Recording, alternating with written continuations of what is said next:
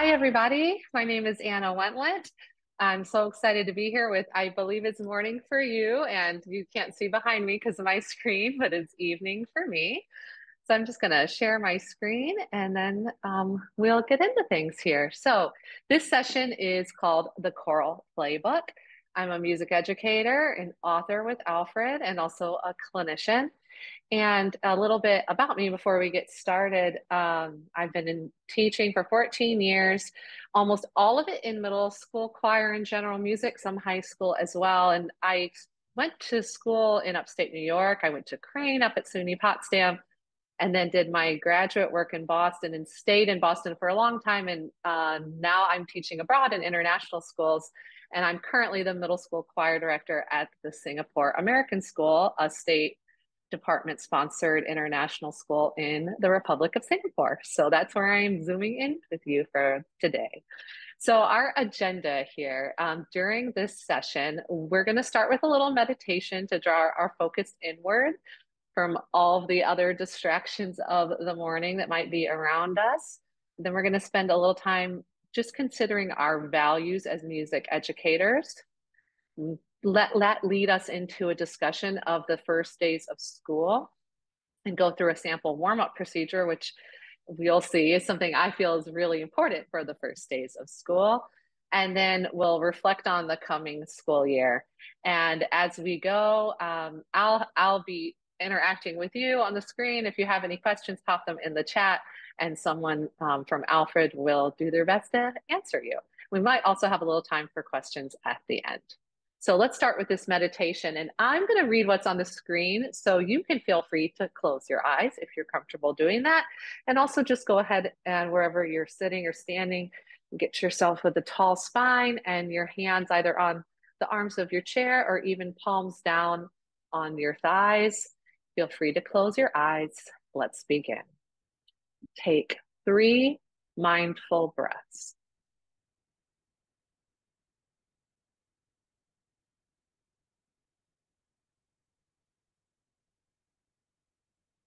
And as you breathe out, I want you to notice how your chest and belly expand as you breathe. Pay attention to your body. Relax more and more with each breath that you take. Imagine sinking deeply into your seat. And now I'm going to ask you to recall a time when you were really happy. What were you doing? Who were you with? What sensations come to mind? Are there particular smells? What's the temperature like? Is there food involved? Just let the good feelings of this memory wash over you as you sit here this morning.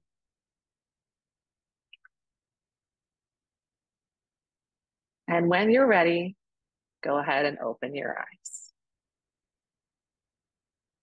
So I often do something like this, especially with my older students, 7th, 8th, 9th grade, when there's a lot going on and we need to just focus on what we're doing here in this room, especially as we gear up for something important like a festival event or a performance. And I'll just use this as an activator at the beginning of the rehearsal to draw everyone into the here and now in this space together. So education is not the filling of a pail, but the lighting of a fire. I love this quote. I feel like it encapsulates my work as a music educator. And I want us to think specifically today about the fire. What is that fire that we're trying to light? The question of why we do what we do. So either just thinking, or if you have a pencil and a piece of paper handy, you can jot this down. I'd like you to just to think on your own of a particular meaningful moment from a class, a rehearsal, or a performance last year. It can be big, it can be small. And again, you can either think it or you can just write it down on paper and get your words out if that's helpful for you. I'm going to share a picture from my meaningful moment. So this was at last year's winter concert with my 7th and 8th grade choir students. And there's a few things about this that I really like. First, I just love the joy on everyone's face. This is like post piece as we're like doing thank yous, and the kids are kind of looking around and like just kind of reveling in the moment together. And there's two particular things that this picture makes me think of. One is all these posters. We were doing the like holiday novelty piece, Christmas in about 3 minutes. I don't know if any of you have done it, but it's a mashup in 3 minutes of 23 different holiday songs. My students loved it. They continued to sing it well into the spring just for fun.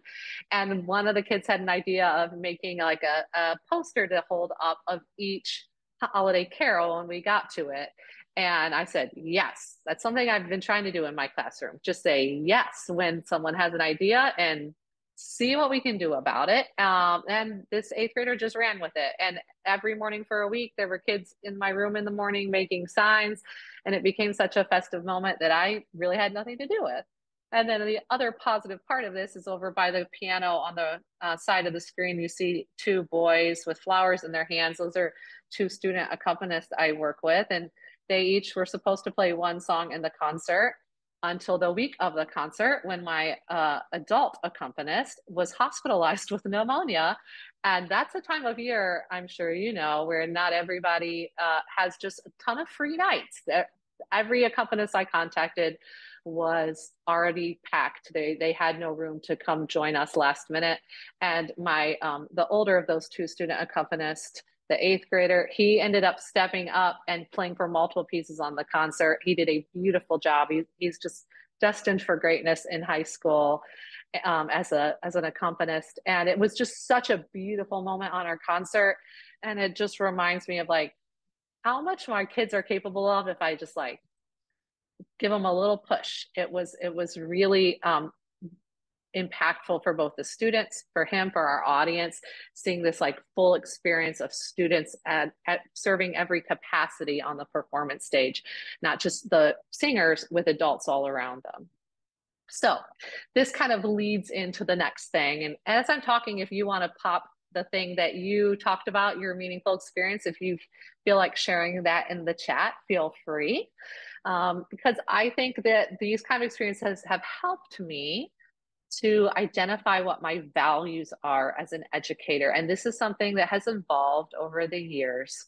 It's very different than what I valued as an 18-year-old who decided to study music education.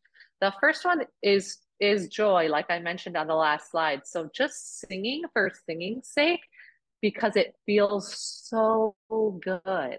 And I often think about when I choose music, the mouth feel of a piece, which is a term I got from I think that book, Fast Food Nation, about how McDonald's pays attention to the way that its food feels in your mouth. A little weird, but for singing, it really works. The mouth feel of a piece, and you know what I mean, things that just feel so good to sing. Yeah, I capitalize that now. It's a value that I hold in my classroom. Also belonging. So creating a psychologically safe environment in which it isn't expensive for my students to be themselves. So we often talk about this idea of like a safe environment. And what does that mean? It means my students can be themselves without risk or without having to push against other students in the room, that it isn't expensive for them to drop the wall. And then the last thing is connection. And connection could be a lot of things. Connection could, in the sense that I'm talking about here, is related to our standards, and that it's making music that is heavily weighted with both personal meaning to my students and also external context. So the social and historical context of the work that we're doing. So all this kind of comes together in this quote from Bridget Sweet in the book Growing Musicians. Making music is not a competition. It is not a race to the top. It is a unique chance to work together, feel together, emote together, create together, and more. And I love this because it kind of hits on something that I've come to value over the years, which is that I don't have to be like math and English and science and social studies. I can be in ways that make sense, but I have the freedom to do something different. And when I was a 22-year-old teacher first starting out, I felt like I needed to be like them to make my class worthwhile. I was very focused on rigor. That's not a bad thing, but I took it a little too far. And I was trying always to make my subject like theirs in the hope that it would be valued more. And now I've really come 180 to a point of feeling of value from not having to be like that, from not having to constantly be racing to achieve and getting to take time to breathe and do something just for the joy of it. It's a beautiful thing that we are constantly encouraging ourselves to do as adults. And I think it's so lovely that in the middle of a school day, we get to encourage our students to do that. Like, leave your baggage, literally and physically and emotionally, all the ways, leave it all at the door, come into this space, and let's just make music together for 50 minutes is an amazing opportunity that we have with our students. If you're interested in that book, it's something I was introduced to in a grad class I took. It's Growing Musicians, Teaching Music in Middle School and Beyond by Bridget Sweet. It's not specifically about choir. In fact, it has more of a general music lens, but would be applicable to any content area. So what does this look like in action? It's a high amount of structure. So for me, I want to be able to be free and have these musical moments with my students. And in order to do that, I'm creating a structure within which they feel safe and comfortable, and we have the freedom to take time to play, to move around the room, to joke, and more. And a big part of that for me is consistency. So consistency in my classroom, and honestly, in most parts of my life, creates comfort and safety where a kid is not walking in my door wondering what's going to happen. They already know. They have a day full of 8 different teachers and 8 different ways of doing things, and they don't have to think anymore as they walk in the room. They know what's expected. They know the environment. They know how we're going to treat each other. The consistency creates a comfort and safety for them. And then part of that is setting the tone with warm-ups. And I'm going to talk about that a little more today, using warm-ups for physical warm-up, vocal warm-up, obviously, but also kind of an emotional and mental preparation for the kind of work that you want to do in your room. And that includes growing the vulnerability muscle with purposeful plays, one silly song at a time. So starting your students out at the beginning of the year with just little tiny things where they have to take a risk. Maybe they have to do jazz hands or dance in their seat, or just like turn to their neighbor and open their eyes really wide. And then you start to develop a comfort with that. You're stretching those vulnerability muscles, and eventually you'll do really silly things that you would never do in another room of the school, which is awesome. For me, this also means a little less performance music than I otherwise probably did earlier in my career, more opportunities for extending warm-ups, for doing small groups, for doing a student arranging project. Right now I do a cappella pop arranging project with my 7th and 8th graders in the, like, the in between the January, February part of the year. And then when it comes to that music that I'm doing, purposeful programming.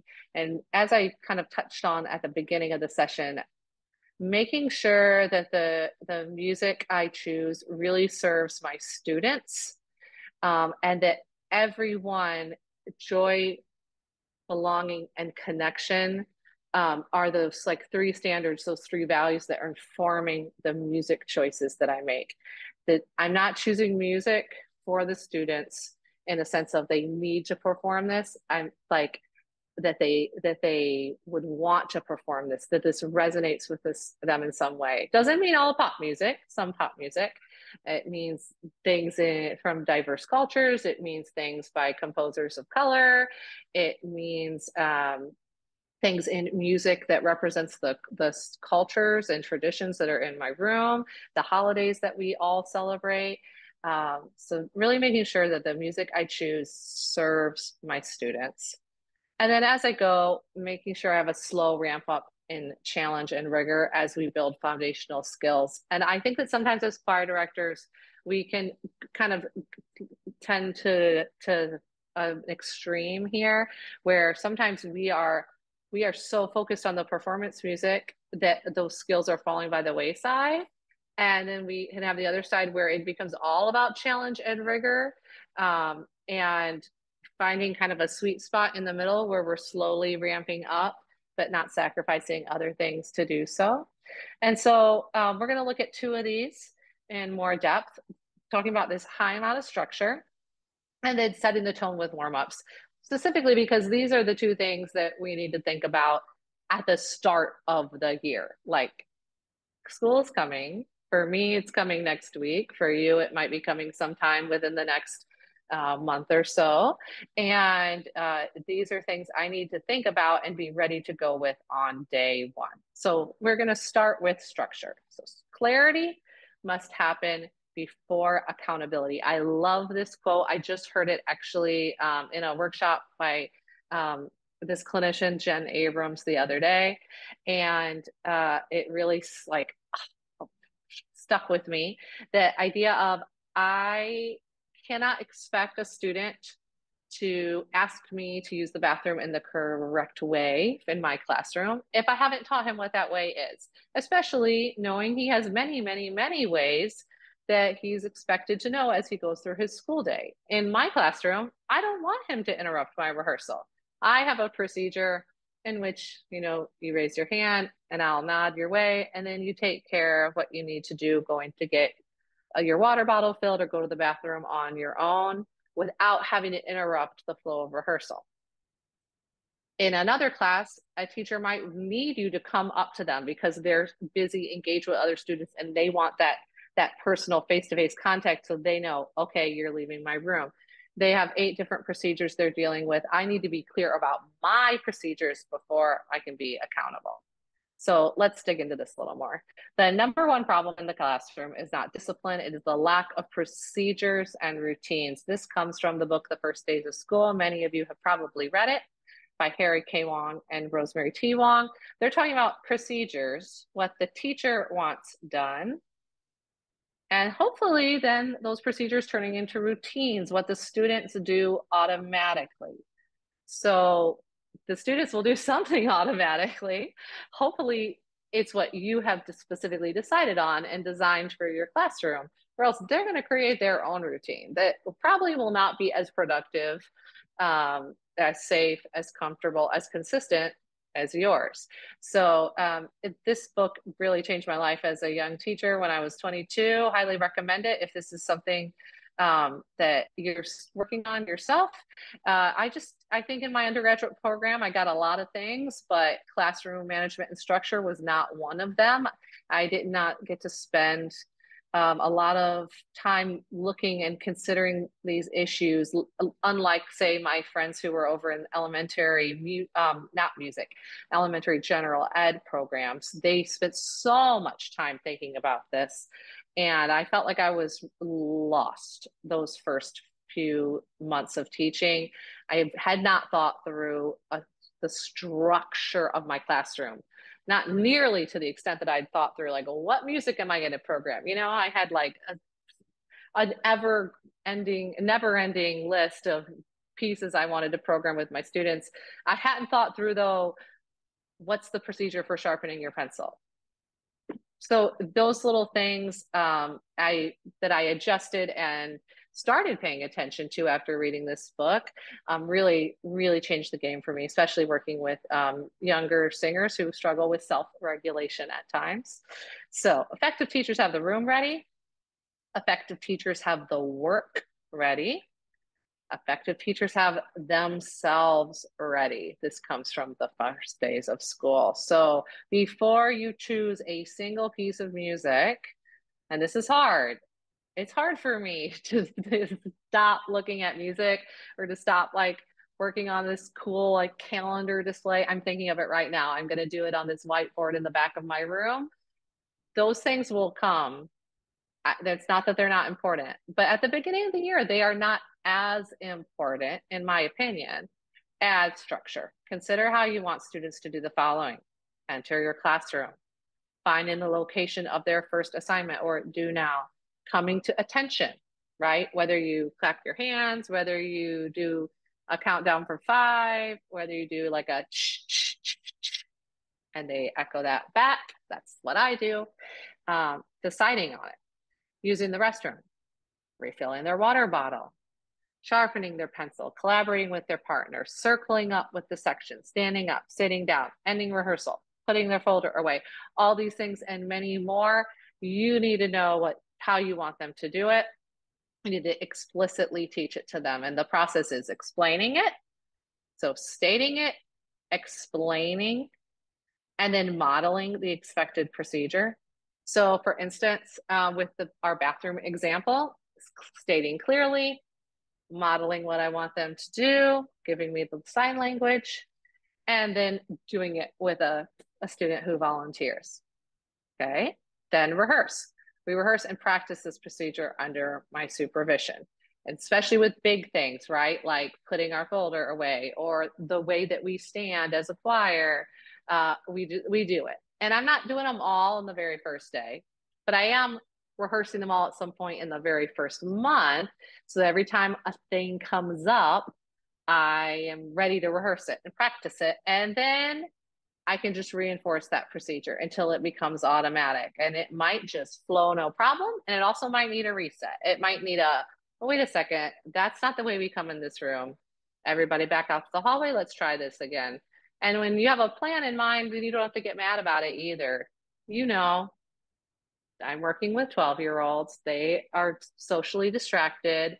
They need a reminder of what my expectation is. Let's try that again. Here we go. Okay, take 2. Take 3 if we need it. But eventually, we start to reinforce this procedure. It becomes an automatic habit or routine. So a possibility, this is kind of a very rough sketch of what I do in my own classroom, what I did in New York and Boston, and now here in Singapore to start the year. So day 1 of choir. I always greet students one by one at the door. I give each one a blank personal profile. As they enter, I've got them a pre-assigned place in the room. They immediately begin to do now, which is filling out that blank personal profile. And then I'm going to give them a few minutes to complete that as students are coming in. When we're ready to hand it in, we practice handing papers in according to my procedure, which is we pass down the line to the last person, and then I collect the papers from them. So we do it right then. We never do it another way. Then I practice standing the students as one. Day 1, it usually goes pretty well. And then I'll begin an extended warm-up, always from rote at the beginning or from projected slides, just to keep everybody up and kind of actively engaged with each other. We'll talk more about warm-ups in a second. I teach them something by rote, the happy birthday round, which I'm going to teach you today. And I purposely go straight to the bell. So then we can practice leaving the room according to my procedure, which is that the bell is a signal to me to end class, but the student signal to leave is my instruction. And I will respect their time. And then now they're used to, they know that when I hear the bell, I'm going to stop rehearsal, wrap it up, and give them the instruction to pack up themselves and leave. And they don't have to be on the edge of their seat or trying to grab for that bag. And we do it right from day 1. I wanted to note up there when I say find their pre-assigned place in the room, depending on the size of the group you're working with, this might be purposeful. You might have written every kid's name on a note card and put it on a chair if you have the time for that. It also might be there's a chart on the board with random seats and you give each kid a little piece of paper that says like E2, G1, and they have to figure out where that seat is. That would be random, but it's not by choice in my room. There are times, and this is part of that idea of building a structure so that we can have freedom within. There's many times where we get to choose who we're working with and go talk to a friend or be in a small group with people we feel comfortable with, but not at the beginning of the year when we want to really create that clear structure and avoid students making a choice based on social cues that are going to prevent them from being fully engaged in the moment. So then we get to day 2, and I'll go kind of quick through day 2. Day 2, again, I'm greeting students one by one at the door. I'm giving them a printout of something now. We're going to have a little notated music. For example, taco salad canon, which is something I like to do at the beginning of the year. As they enter, they're finding that same pre-assigned place, and notice they're immediately getting the do now, which is labeling something in the printout. So with the little kids who are brand new to notated music, maybe the thing they're just putting their name on it. They're putting their name and the date. And that's enough for them. And with my 7th or 8th graders, they're already can go in and start writing their solfege syllables in. It's kind of what it is doesn't matter. It's that it's something that they're immediately have a job to do. Then we'll practice putting papers underneath their chair and standing up. Another procedure I want them to know. So here's an opportunity to teach it. We'll do an extended warm up. We're going to review the happy birthday round this time. We get to do it with someone who had a recent birthday. And then we're going to learn those first few lines of the taco salad canon together using that notated music I distributed. And again, we're going right to the bell. So we go all the way to the bell and practice leaving the room according to my procedure. So now day 2, okay, we get it. I don't have to explain anymore. I might have to explain other things as the day goes, as things come up. I'm going to take the opportunity when somebody, needs to refill their water bottle to right then teach how we do that in this class and then get to reinforce it in the weeks to come. And then day 3, you're starting to get the idea. It's kind of similar. Day 3, we're dealing with folders. I've got a list. I'm standing at the door and I'm assigning a folder numbers. They come in, they get it, they go to their seats, and the do now has to do with putting their personal info on that label in the folder. Then we press putting that folder under the chair, we stand up, we go into our warm up. So here we are, we're immediately engaged and going. And we're gonna practice that taco salad canon, hopefully get all 5 parts layered up. And then on this day, I hope to have time to do a getting to know you activity. It's the end of week 1. We might do human bingo. We might do speed dating for friends. And again, I'm going right until the bell with this class. So just in case you were wondering what speed dating for friends was on the previous page, because I think it is not always as obvious as human bingo. This is something I love to do with my kids. They will laugh and look at each other nervously when you first introduce it. You don't have to call it speed dating, or you can lean in and call it speed dating if you want to. It's basically you're standing in 2 lines facing each other. You talk to the person across from you for 3 minutes. You don't stop talking. You have 3 minutes and you use all 3 minutes. And I usually have conversation starters on the board if needed. So that would be things like, if you could only eat one food for the rest of your life, what would it be? Or in a zombie apocalypse, what would be your weapon of choice? Remember, I work with middle schoolers, so these are middle school questions. And they'll know it's time to rotate because I'm keeping track of time, and I'll ring the bell and then they rotate to the next person. I like to do this at the beginning of the year as we're getting to know each other.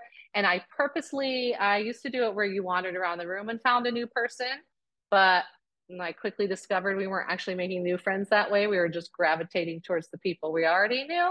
And also there was always 1 or 2 kiddos at the end of each rotation who had trouble finding a partner. And I did not want to immediately be creating that situation on the first week of choir. So now we stand in lines and rotate, and you get a new partner. Who knows if you know them or not? That's part of the fun of this activity. You're speed dating for friends. So that's that activity.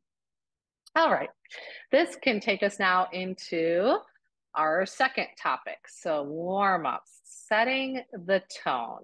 Setting the tone of what we're going to do with our voices, how we're working together, what's the vibe in this room, mentally, like what's the level of engagement I am giving. So I think warm-ups are so important, and I have basically extended them longer and longer the longer I've taught.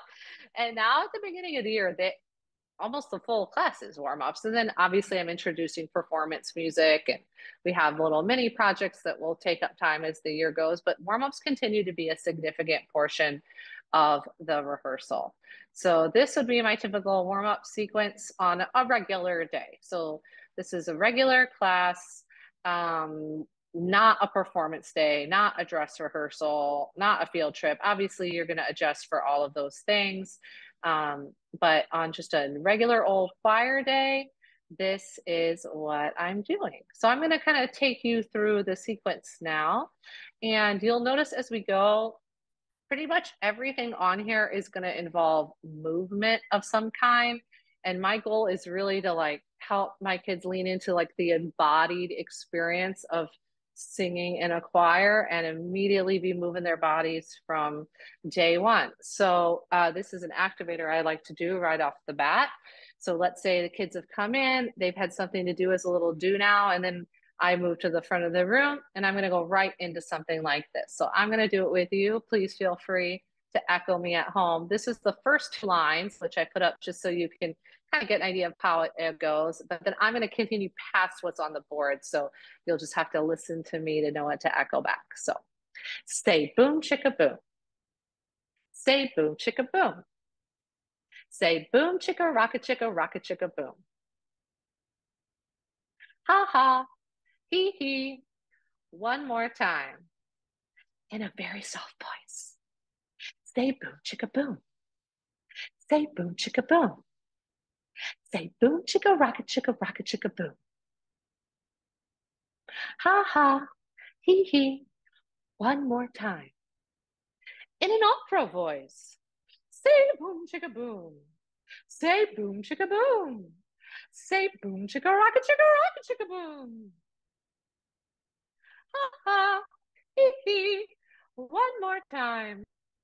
Like a rock. Like a rock, I always do the last one because rocks are silent. They can't echo back. So then you know you zip your lips and you're done.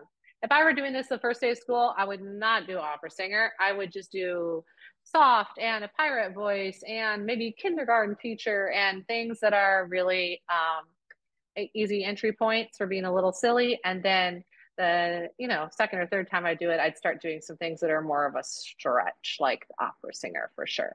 And then I go into my physical warm up. So we'll do marionette doll today. So this is where I'm just sitting in my chair tall, or obviously in a real rehearsal, I'm standing. And I'm going to kind of actually then relax that spine and slouch a little bit. So I'm just kind of frumpy here in my spot. And I take my hand up to the top of my head, being careful not to get my hair. I get an imaginary string and I'm slowly pulling myself up. My spine is lengthening. And then I'm going to drop the spring and my whole body falls down. Okay, take two. Here I am. I'm nice and slumped to start. Kids never have a problem with the slumped part for some reason. And then I grab that imaginary string. I'm pulling it up. I feel my body lengthening. My head's balanced on my spine. And this time I'm going to leave that string in place. And I just bring my hand down. And now I'm in a nice singing posture and I'm ready for a little breathing activity. So I'm going to ask you, if you can, wherever you're sitting, to make a breath sandwich. Breath sandwich. I'm taking my two hands like this. This hand's going against my stomach on the front. This hand's going behind my back. So I've sandwiched my torso and I can really feel that expansion, that 360 degrees around my torso. So I've got one hand in the front, one hand in the back. Here we go. I want you to inhale through your nose, exhale through your mouth. Do it again. In, two, three, four, and out. Two, three, four. Now in, add a suspension on the top. One, two, three, four, and exhale. And then hold on empty once again. Breathe in, two, three, four, suspend, two, three, four, and exhale, two, three, four, and empty, two. One more time. Breathe in, two, three, four, suspend, two, three, four, and exhale, two, three, four, and empty. So I almost always do a breathing activity like that. Then we go into our real warm ups. Everybody just on their own. You probably, maybe you have some today. I don't know. Do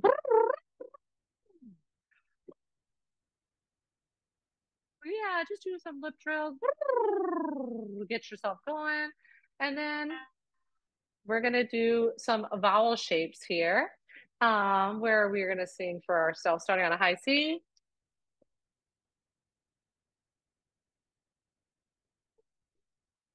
Sing with me.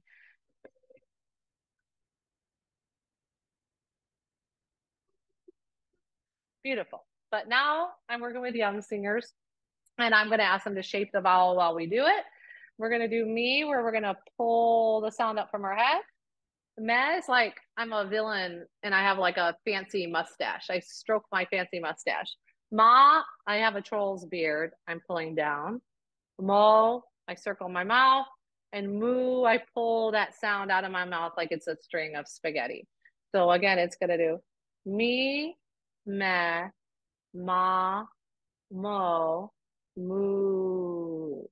And I use these gestures now in my conducting as well. So I'm trying to reflect in my conducting the things that they are doing in warm-ups and rehearsal. So let's try this together. Ready, go.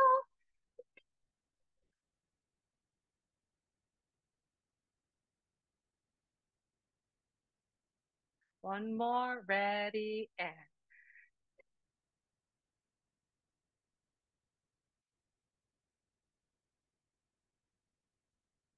that's exactly it.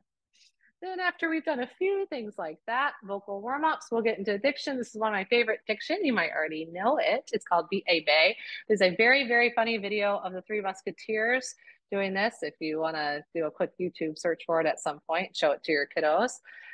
It's going to go, let me get my starting pitch here like this. B A bay, B E B, B I Bicky Bye, B O Bo, Bicky Bye Bo, Boo Bo Boo, Bicky Bye Bo Boo. That's a mouthful. For our purposes now, just try to sing it with me. Ready? And B A bay, B E B, B I Bicky Bye, B O Bo, Bicky Bye Bo, Boo Bo Boo, Bicky Bye Bo Boo. Now, once we know it, obviously we can modulate, move up and down by half steps. We can also change the consonant. So I might call out K, and then we sing Key A K, Key E Key, S L, Slee A Slay. Your students will love that one. You can really get crazy. Just think through on your own. There's one or two consonants that you might not want to choose in your class, especially if your students are not the most mature. I wouldn't use a D as a consonant, for instance. So you just make good choices, and that can be a really, really fun one. That brings us to solfege. I always do some solfege in my rehearsal. What it is varies depending on the age and where we are in the year. It might be a pattern like this. It might be some echoing back and forth, playing a game with solfege. It also might be something like S cubed or sing at first sight, like our actual method once we get into that. This is just the classic do, re, mi, re, do that we all know. Once my kids know it, then I like to play mess up, sit down with it. If you've never done that, super fun game. I think I learned it from a band teacher. We all start standing up. We all start singing together. As soon as you make a mistake of some kind, you sit down. It's an honor system you have to recognize and sit.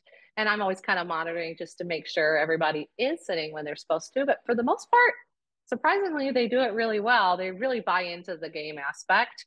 And if you start slow, then as people are sitting down and then you're repeating it, you can get faster and faster. And eventually there's one champion left. And I like to play mess up, sit down with lots of stuff. I do it with solfege. I do it with rhythm patterns. I do it with like hard passages in our music that I really want us to focus in on and review. But usually I teach it in the context of something like this that they already know at the beginning. And then I get into a round or a silly song. So this is the promised happy birthday round, one of my favorites. So I'll teach it to you real quick. It goes like this. We wish you a happy birthday, a joyous and happy birthday to our dear somebody. We wish you a long, long life. I always teach this on the first day of school and then review it. After that, we just kind of have it in our pocket and we can whip it out and sing it to somebody when it's their birthday. So try it with me once and we'll just keep saying somebody since we don't have a name. Ready? We wish you a happy birthday, a joyous and happy birthday to somebody. We wish you a long, long life. And always on the word somebody, we do a little jazz hand. So towards the person whose birthday is, really like make a big deal out of it. And that kind of actually brings me to a point to kind of wrap up most of what I do in warm-ups. And honestly, throughout rehearsal involves movement. I try to have my students moving from day one. So like we kind of talked about at the beginning, it becomes just part of what they're used to doing in my room. It's not a big deal to move. We do it all the time. And that means we shape the sound when we warm up.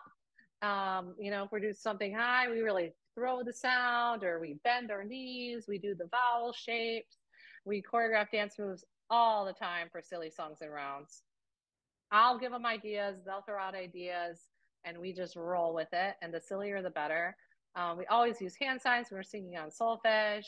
We walk to the beat, we circle up as a section, and more. I really think it brings us together as a community. It is a physical connection to the sound. And there's a lot of literature out there supporting the idea that groups that move together trust each other more and cooperate more. This is a quote from a fabulous book I read this summer, The Anxious Generation by Jonathan Haidt. Maybe some of you have read it. And he talks about how we're physical embodied creatures who evolved to use our hands, our face, our head movements as communication channels. And what an amazing opportunity we have to lean into that in the choir room. So I think I'm running out of time. Someone's probably going to tell me. So you don't have to do this now, but just a kind of a reflection. If you want to do on your own after this session, this is something I sometimes do with my students. Take a blank piece of paper and put it into 4 squares just by making 2 lines. And in the first square, this would be your values, those things you were thinking about at the beginning of this session that you really hold dear and are the foundation of the work that you want to be doing in your classroom. And then in the next quadrant, something you want to take with you, something that you already do that you love, and you're like, yes, this fits my values. 100%, I'm doing it every year. This is a tried and true for me. Versus something you're willing to let go. And we all have these things, stuff that we've tried once or twice. It doesn't suit our needs anymore. It's not meeting our values. We're going to let it fade away. And then next steps. And hopefully there's at least one little thing, who knows, from my session or another session today. I always try to have one thing when I go to professional development like this that I'm going to take with me. That might be something that I'll try out in my own room. So on your own, you can do that reflection when you have time. I really love that. I got it from a reflection workshop I did last year with Kathy Berger Kay. So in this session today, I pointed out a few resources. Choral Playbook is where a lot of the activities came from. That's a book I just wrote for Alfred. That's the Choral Playbook. It's basically warm-ups, silly songs, rounds, and more, all about fostering joy and connection in your choral classroom. And then a few other things that I use on a regular basis in my room: The Resonant Male Singer, vocalized by Andy Beck, The Perfect Blend. These are resources I grab from over and over again as I'm working my room. So thank you so much for coming today.